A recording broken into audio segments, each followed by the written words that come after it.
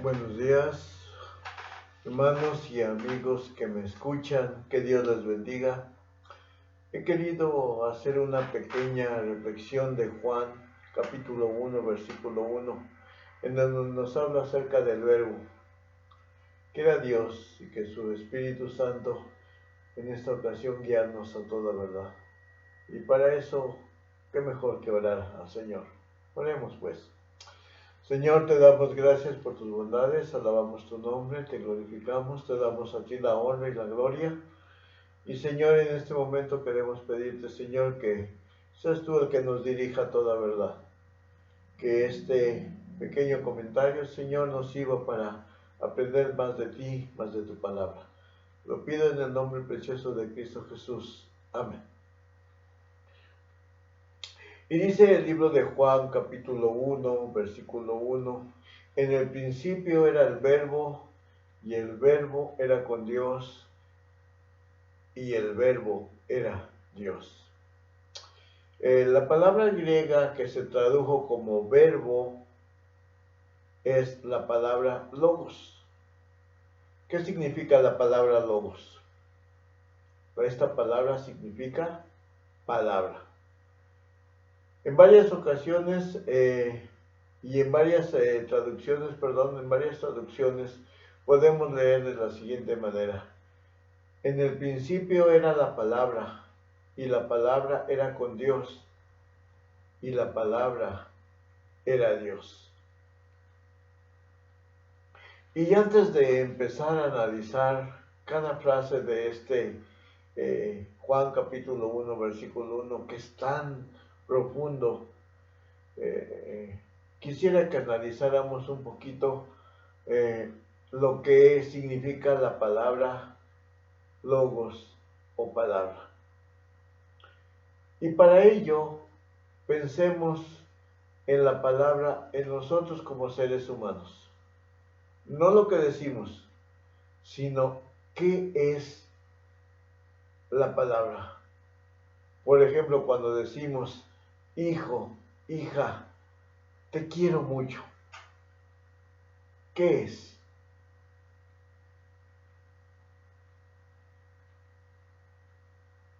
Y después de reflexionar por un momento podemos decir, la palabra que pronunciamos expresa nuestro sentir, nuestro pensamiento, nuestra idea, nuestro interior.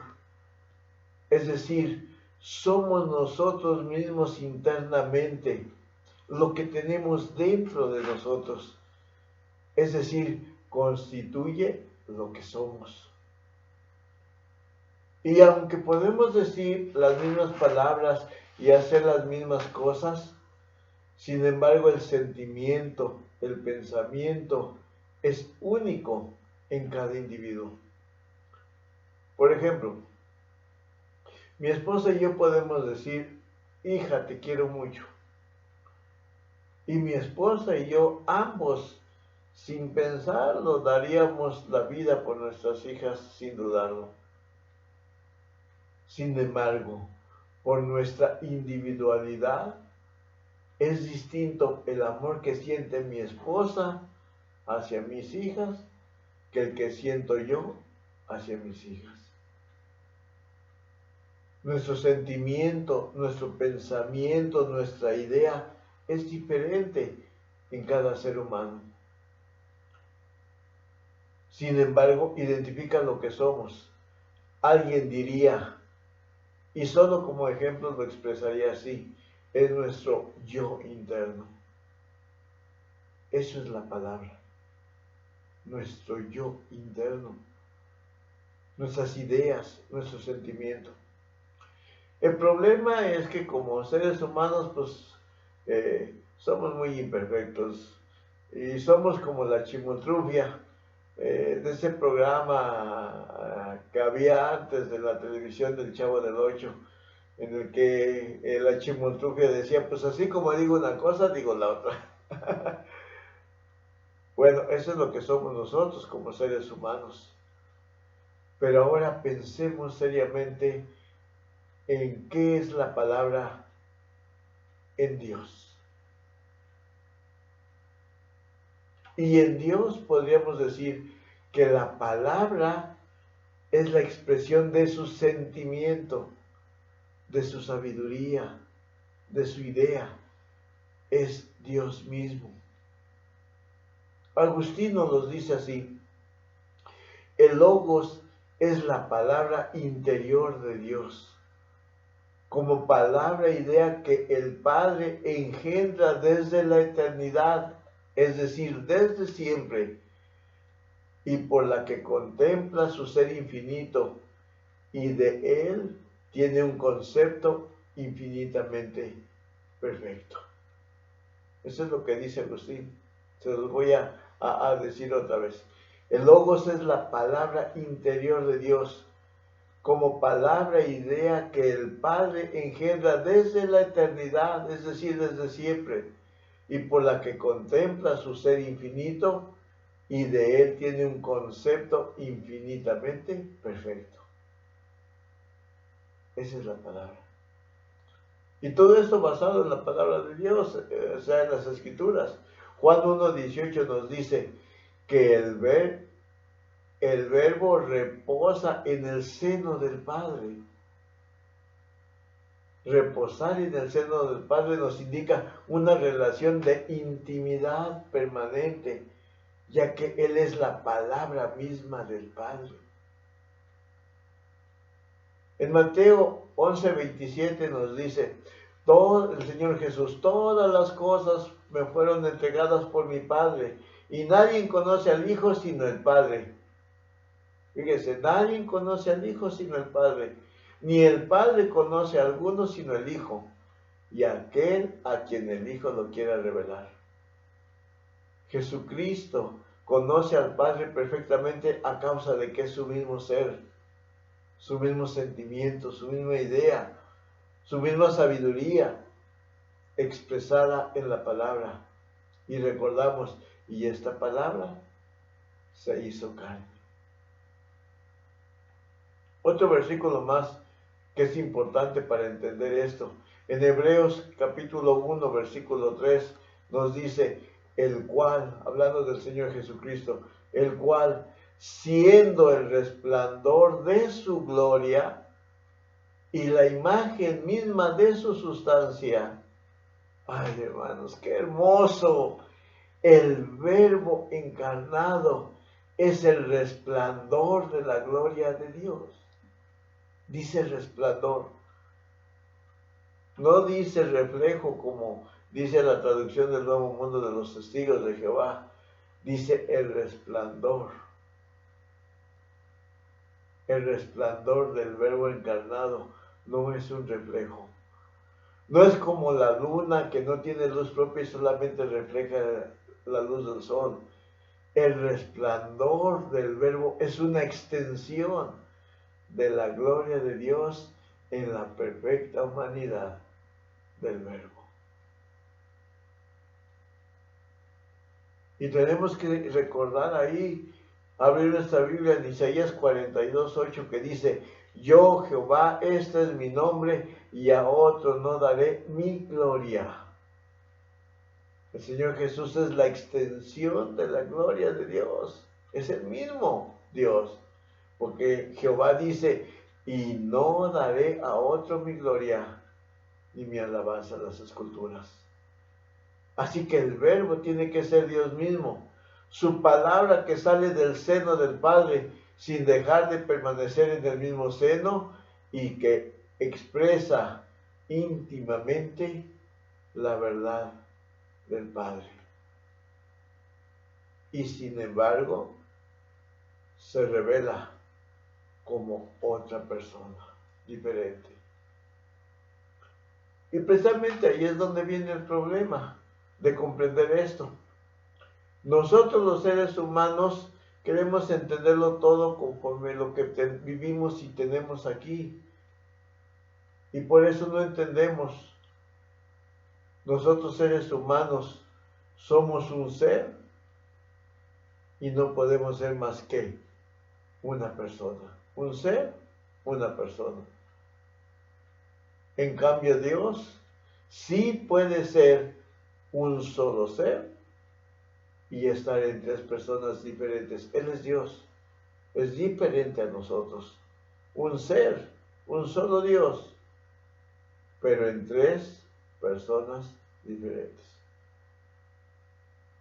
Más adelante haremos otro video donde meditaremos acerca de lo que es las personas de la Trinidad.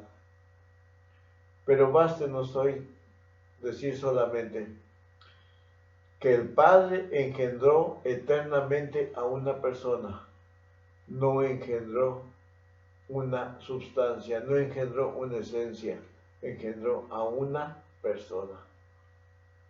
Y volviendo al texto de Hebreos capítulo 1, versículo 3, dice, Él es la misma, el Señor Jesús es la misma imagen de su sustancia. Imagen de su sustancia. No pensemos en la imagen como en un espejo, porque Dios es espíritu, no tiene imagen. Entonces hay un prototipo. El tipo que lo está enseñando es la imagen misma de Dios, porque Dios es espíritu, no tiene imagen. Pero bien, vamos a lo importante, a la sustancia. Él es la imagen de la sustancia de Dios. Ahora, lo importante que nosotros tenemos que saber es cuál es la sustancia, cuál es la esencia de Dios.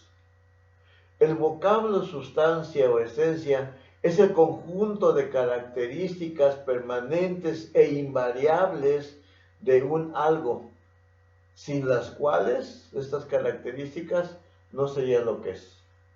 Eso nos dice la Real Academia de la Lengua Española. Eso es lo que significa sustancia. En el caso de Dios, ¿cuáles serían las características que definen a lo que Dios es? Bueno, entre ellas podemos mencionar, Dios no tiene ni principio ni fin. Esa es la sustancia de Dios, esas son las características de Dios. Dios no tiene ni principio ni fin. Es omnisciente, ¿significa qué? Que lo sabe todo. Es todopoderoso. Es omnipresente, significa que está en todo lugar al mismo tiempo. Tiene vida en sí mismo, es decir, nadie lo creó. Es la verdad absoluta, etc.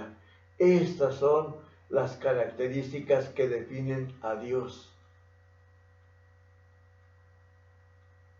y que solamente Dios tiene. Es decir, su esencia o substancia que lo diferencian de todo lo demás, de todos los demás seres.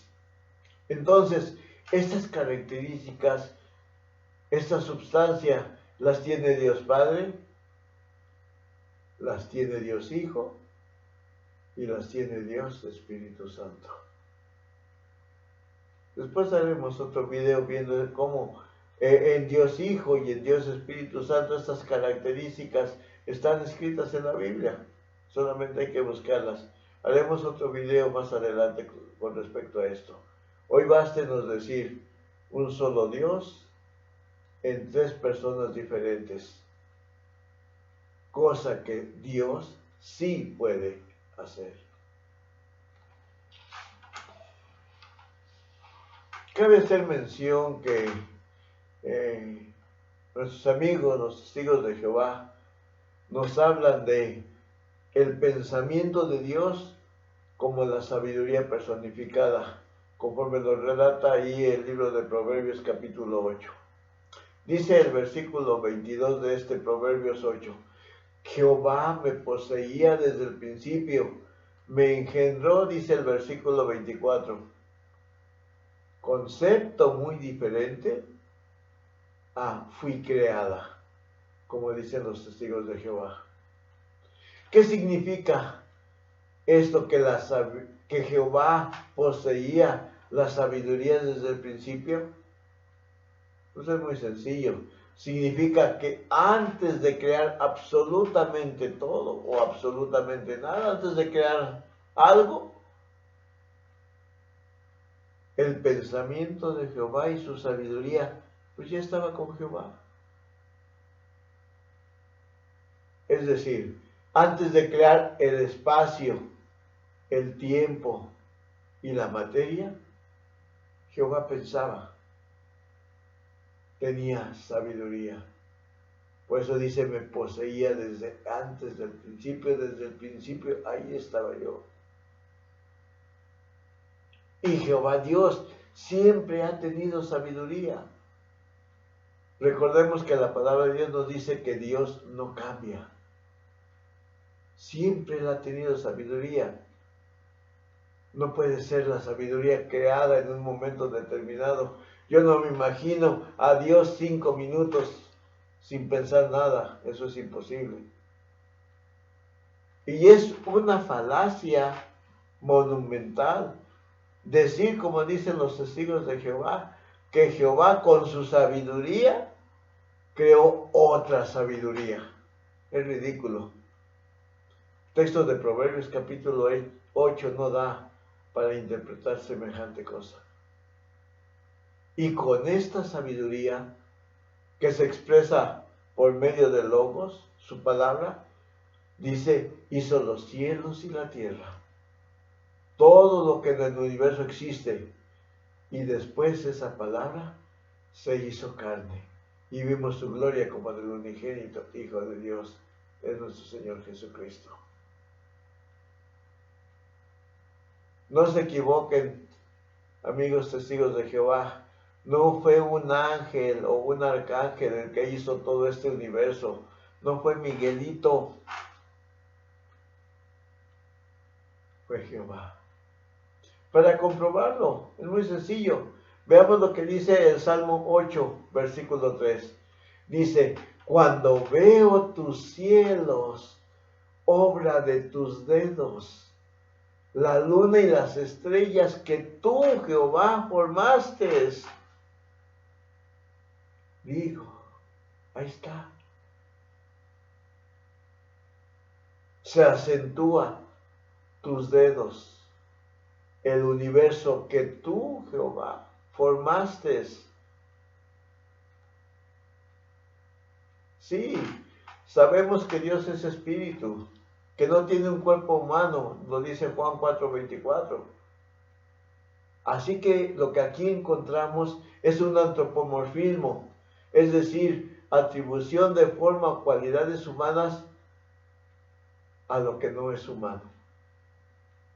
Pero aún así, la clara enseñanza es que fue el mismo Jehová el que hizo todo este universo. Es clara la enseñanza. En el Salmo 33:6, si quieren ver otro versículo, Salmo 33:6 dice, y por la palabra de Jehová fueron hechos los cielos, por su palabra. No por un angelito. Y todo el ejército de ellos por el aliento de su boca. Una vez más, la enseñanza es clara. Es el mismo Dios Jehová el que hizo los cielos, la tierra, el universo, los ángeles, todo.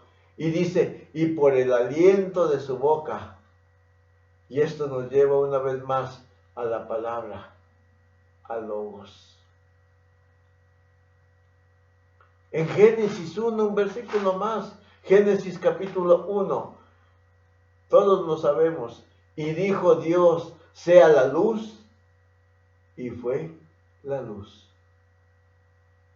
Y dijo Dios, haya lumbreras, el sol y la luna. Y fue así.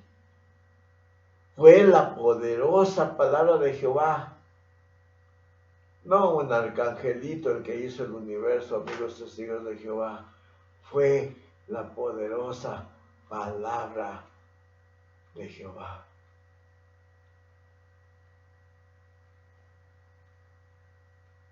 Es Él el que hizo el universo.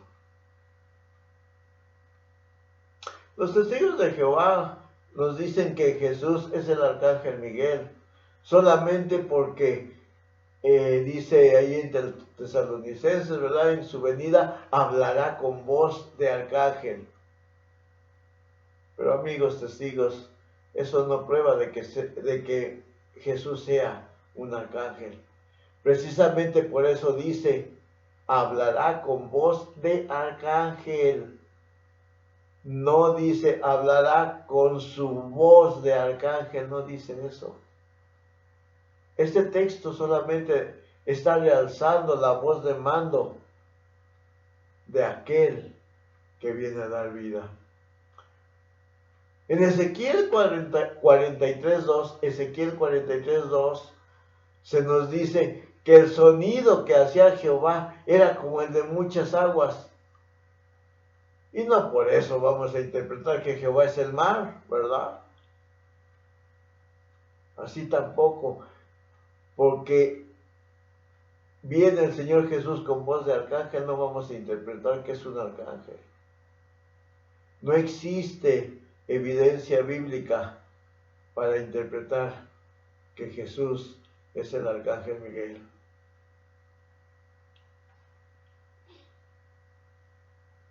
Por otra parte, hablando de este tema, los testigos de Jehová nos dicen que Dios creó mediante Jesús todas las demás cosas, desde los ángeles hasta el universo, materia, y ponen el texto de Apocalipsis capítulo 5:11,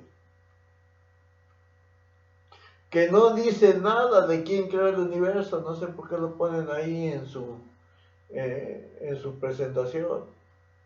Y siguen diciendo los testigos, se puede decir que la colaboración que hubo entre Dios y Jesús se parece a la de un arquitecto y un constructor. El arquitecto crea el diseño y el constructor lo hace realidad. Pero los textos que hemos estudiado ahorita, los que hemos leído, Salmo 8:3, Salmo 33:6, el capítulo 1 del libro de Génesis, para nada respaldan esta afirmación de los testigos de Jehová. En ninguno de estos textos veo a Dios diciéndole a Miguelito, ve y haz las lumbreras con los planos que te doy. Para nada.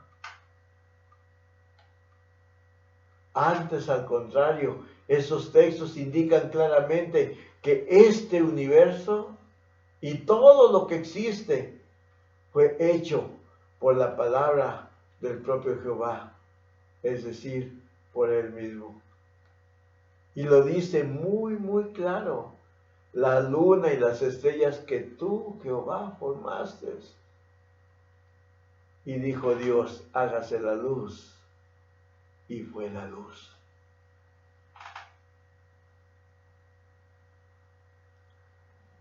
Amigos testigos de Jehová, no le quiten la gloria a Jehová.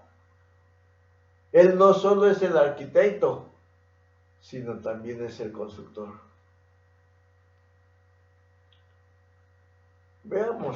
Inclusive veamos otros textos que usan los testigos para decir que Jesús es el primer ser creado.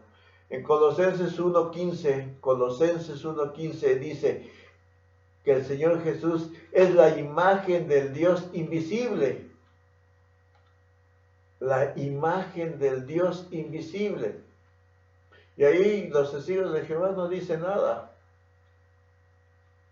La imagen de un Dios invisible. Y aquí lo importante es que es invisible. El invisible no tiene imagen.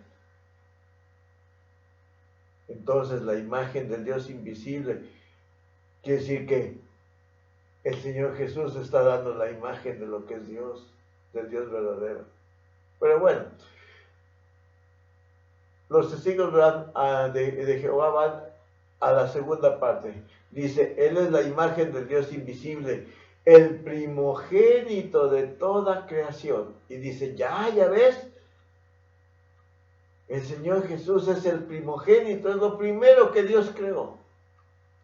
Bueno, amigos testigos de Jehová, yo quiero decirles que la palabra primogénito en la Biblia muchas veces se refiere al que tiene la preeminencia. no al que nace primero.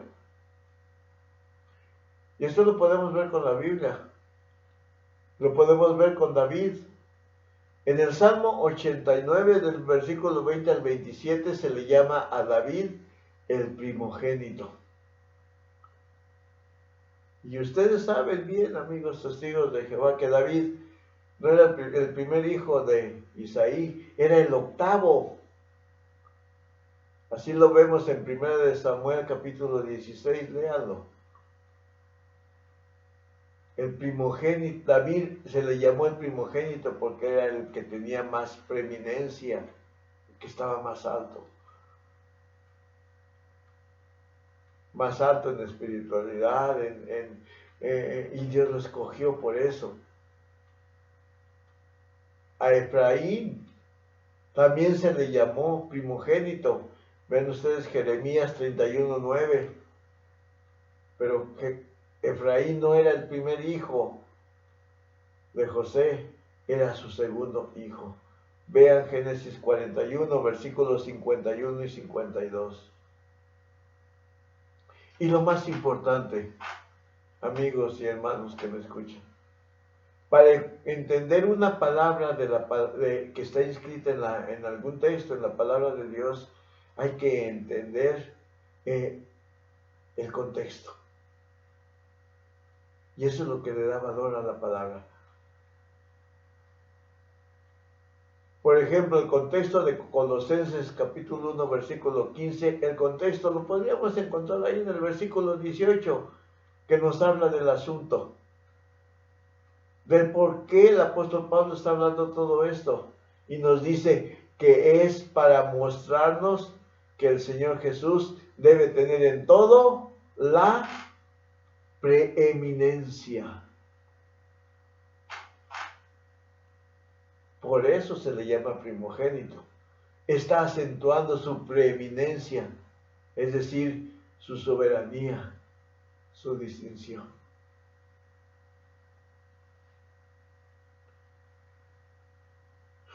Otro texto más usado por los testigos es Apocalipsis 3:14.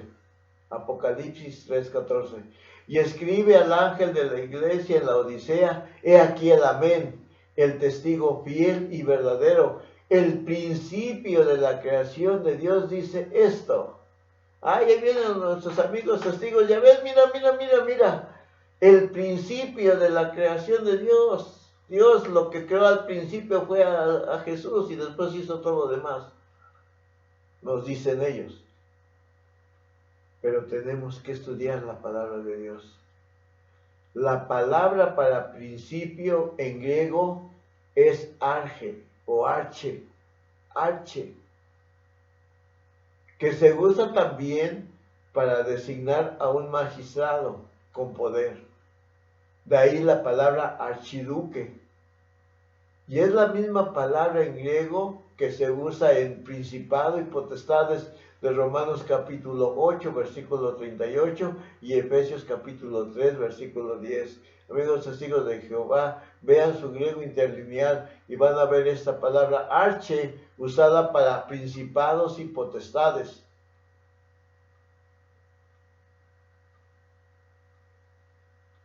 Para designar ¿a qué? A un gobernador.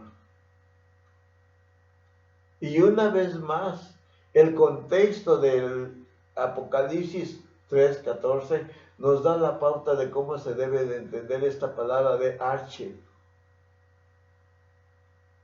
El tema de Apocalipsis capítulo 3 no se refiere a tiempo, no nos está hablando respecto a cronología, nos está hablando, se refiere a que el creador y gobernante de la iglesia la está calificando. Es por eso que la palabra arche, debido a su contexto, se debe entender como gobernante o soberano. Algunas Biblias, entre ellas la Biblia de la Nueva Versión Internacional, atendiendo a esto, traduce de la siguiente manera Apocalipsis 3:14. Escúchenlo. Escribe al ángel de la iglesia en la Odisea. Esto dice el amén, el testigo fiel y veraz, y ahí viene lo bueno, el soberano de la creación de Dios. El soberano de la creación de Dios, traduce la Nueva Biblia, no dice el principio de la creación de Dios. En la Biblia Dios habla hoy, en vez de decir el principio, dice el origen de todo lo que creó Dios. Interesante, ¿no? Así, y origen, nos dice por ahí un comentarista, Simon Kistemaster, en su libro, dice, no se debe traducir el origen, esta palabra de origen en forma pasiva, como si Jesús fuese creado, sino de manera activa, porque el Señor Jesús es quien genera y trae a la existencia toda la creación. Lo podemos ver en Colosenses 1:15, del que ya estábamos hablando al 18, y en Hebreos 1, versículo 2.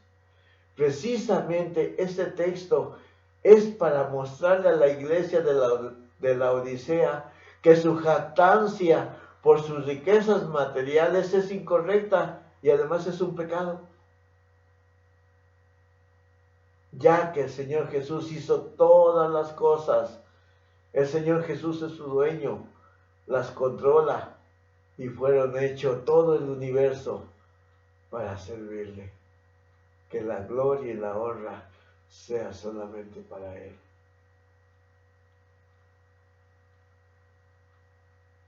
Quiero aclarar, mis hermanos y amigos que me están escuchando, que mis nociones de hebreo son muy escasas.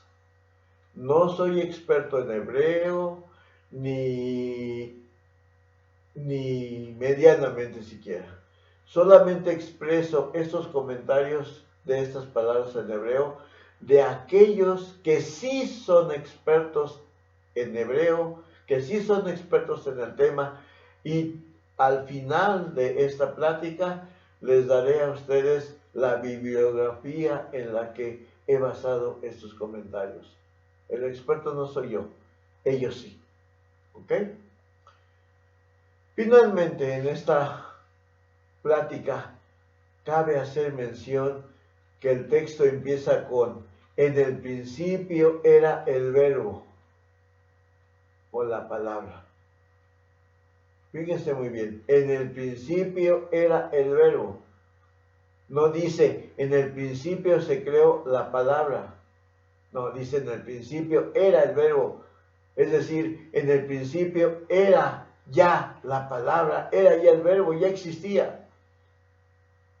Es decir, antes que Dios hiciera el tiempo, el espacio y la materia, ya existía el logos, el verbo, la palabra, porque era el mismo pensamiento de Dios que siempre ha existido. Es decir, su misma esencia, su misma sustancia. Y otra cosa importante, si Jesús hubiera sido la primera cosa creada, fíjense muy bien, amigos testigos, si Jesús hubiese sido la primera cosa creada en el universo, ¿en dónde creó Jehová al verbo? Si no había espacio y no había tiempo, solo existía la nada. Yo sé que es difícil imaginarse la nada. ¿Qué es nada? Nada. Si ustedes ven aquí pudiesen ver aquí entre mis manos, ¿qué hay entre mis manos? Bueno, además de un poco de mugre. Pero ¿qué hay entre mis manos? Alguien diría, es que no hay nada. No, sí hay algo. Hay espacio y hay tiempo. Hay un antes de que yo pusiera mis manos y hay un después de que yo pusiera mis manos. Son dos elementos que ya hay: espacio y tiempo. Y después viene la materia. espacio, tiempo y después la materia. Aún los espíritus, aunque no los podemos ver, mis amados amigos y mis estimados testigos de Jehová, aún los espíritus, aunque no los podemos ver, ocupan un espacio. Tienen un antes y un después de ser creados. Antes de que Dios creara a los ángeles y un después de que Dios creara a los ángeles. Es decir, está este tiempo. Entonces, no dice la palabra de Dios que es el Señor Jesús, que es el verbo, que es la palabra, que es el logos, el que creó todo lo que hay en el universo, sea visible y invisible. Es el Señor Jesús el que creó esta dimensión de espacio. Antes de que Jesús creara espacio, no había espacio. ¿Quién lo creó? Jesús, el verbo. El verbo creó todo lo que existe, dice la palabra de Dios, y sin él nada de lo que existe se ha hecho. Así es que es el verbo el que creó el espacio. Es el verbo el que creó el tiempo. Es el verbo el que creó la materia. Amigos testigos de Jehová, les pregunto, ¿en qué espacio, si no existía? ¿Y en qué tiempo, si tampoco existía, creó Jehová al verbo? Una pregunta que no pueden responder. Porque es el verbo el que crea la dimensión de espacio y es el verbo el que crea la dimensión del tiempo. Y también es el verbo el que crea la materia. Bueno, mis hermanos y amigos, vamos a la conclusión. En este video hemos pensado un poquito acerca de lo que significa el logos, el verbo o la palabra. Nos hemos adentrado un poquito en lo que decía Agustín. Logos es la palabra interior de Dios, como palabra idea que el Padre engendra desde la eternidad, es decir, desde siempre, y por la que contempla su ser infinito. Eso es el logos. También hemos considerado en esta pequeña plática cuál es la substancia que define a Dios. Y hemos echado por tierra versículos mal interpretados. Hemos visto que el creador también de este maravilloso universo es el verbo, el logos. Pero que el logos es el mismo Jehová. Aunque también hemos considerado que es un solo Dios, pero Padre y Hijo en personas diferentes. Que nosotros como seres humanos no podemos, pero Él sí puede. Y finalmente, todo esto nos lleva a concluir que Jesús, la palabra viviente, el logos de Dios, es Dios. Se lo repito, nos lleva todo esto a concluir que Jesús, la palabra viviente, el logos de Dios, es Dios. Y recalco, Él es Dios. Mis hermanos, amigos y todos los que puedan escuchar este pequeño video, que Dios les bendiga a todos.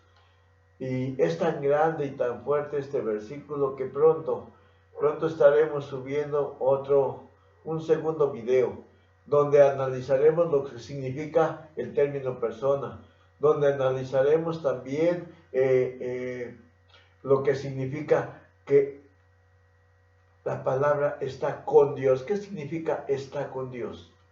El verbo está con Dios. Y analizaremos también, y el verbo era Dios. Que Dios les bendiga, amigos y hermanos que me escuchan, y escuchen la bibliografía sobre este tema. Uno de los libros que encontramos para este tema es el comentario de Juan por William Hendrickson. Comentario exegético de Juan por William Hendrickson. También otro es Un Dios en tres personas por F. La Cueva. Un Dios en tres personas por F. La Cueva. La Trinidad, folleto de Ross Publishing, también es usado aquí. Bueno, las ideas que nos vienen ahí son usadas aquí. Luis Berco, Teología Sistemática. A. W. Pink, Los Atributos de Dios. Comentario al libro de los Hebreos de Simón Kistemaker y comentario al libro de Apocalipsis del mismo autor Simón Kistemaker. Amigos, hermanos, que Dios les bendiga mucho. Hay también los textos usados en esta parte, fueron los textos usados de la Reina de Valera, excepto por los que vimos de la Nueva Versión Internacional y la otra que mencionamos por ahí. Que Dios les bendiga y pronto estaremos subiendo la segunda parte de este video. Que Dios les bendiga. Hasta luego.